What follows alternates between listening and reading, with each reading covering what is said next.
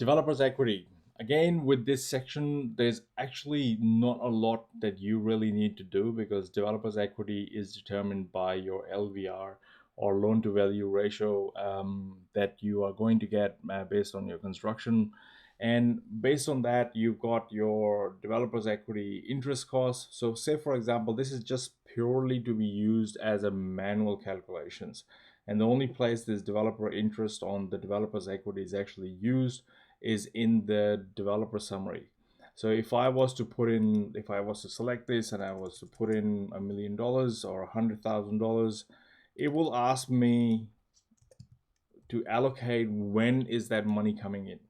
So I'll have to again go in here. It'll be compounded. I have to select what month it'll come in, but I can only select what month it actually comes in, but it only goes out after the development has been paid, after you have paid out all the debt, your bank's paid out, and all obligations of the development entity has been completed. That is the only time you will get this back before profit distribution. So you can select the time it actually goes in, but you can't actually select the time it's actually going to come out of the development. So you can't put in 100,000 now and then try and pull something out, because so it is assumed that any funding that you provide to the development goes in there to fund something.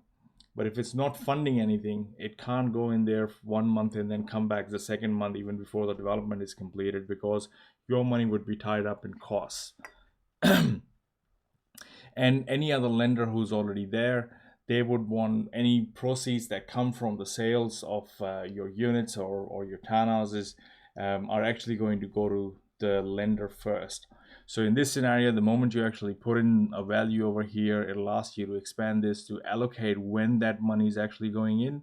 And you can, that interest that you've got, 7, 5, and 8, again, is controlled by your dashboard where you select the cost of developers equity. And based on that, those details get selected here automatically. Now, this section here, developers extra equity injection, I would say that 95% of the people should avoid using that. It is there because I use it in my feasibility sometimes. And what this allows me to do is inject a fair bit of cash in the development that reduces my my borrowing, it reduces the land value that I've got. But then it actually, you have to account for it to be able to also allocate the stuff, also justify the profit the project's going to make, and so on. So I would recommend that nobody use that at this stage because it's fairly advanced. If I select something like that, then I also have to allocate when that money is going in and going out. So for all purposes, at this stage, I would recommend that you don't use it. If you wanted to do, if you did want to play around with it, you can do that at your own risk, I would say, because certain things work differently. The impact of this, I can tell you right now, will be reduced land loan or land contributed. So if any money you put in over here is going to go straight and reduce the money that you would need for land, that means that it'll assume that out of the 2.6 million on the land, you already have 1.3 million. So you're only borrowing 1.3 million. And then this stuff here will reduce the cost that you have to, that you are funding certain costs by your own money, and that'll further reduce all of this, which will pump up your profits a fair bit. But I would say for the time being, until you get totally, absolutely used to what this function can do and cannot do in different practice runs that you want to do on your feasibilities, avoid using them. And but apart from that, everything else is fairly straightforward. So if you are at this stage right now, and you put in some certain details, so let's say I put in $1 million that I want to calculate. This is my own money that I'm going to pump into the project, and I can select when it's going to go in. So I can select that it goes into the 8th month, and now I know that it comes out on the after 25 months or so on at 7% interest.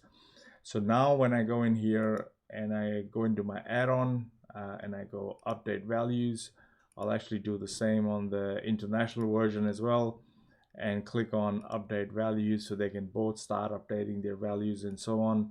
So I can come back here and maybe collapse this just to see what's going to happen. So it's going to tell me updating formulas, updating values, and all these values will appear here in a second, and all your other sheets will get populated very soon. So let's have a look at. So once you're done, that's what it will look like. You'll have all your details, all your values allocated, and your sheets populated automatically. So in this scenario, values updated. We've got our budget, your details, your project related site value, your bank summary, your development summary, and so on. So you've got your budget. So you can expand that and see what it is. And you can look at your calculations for this.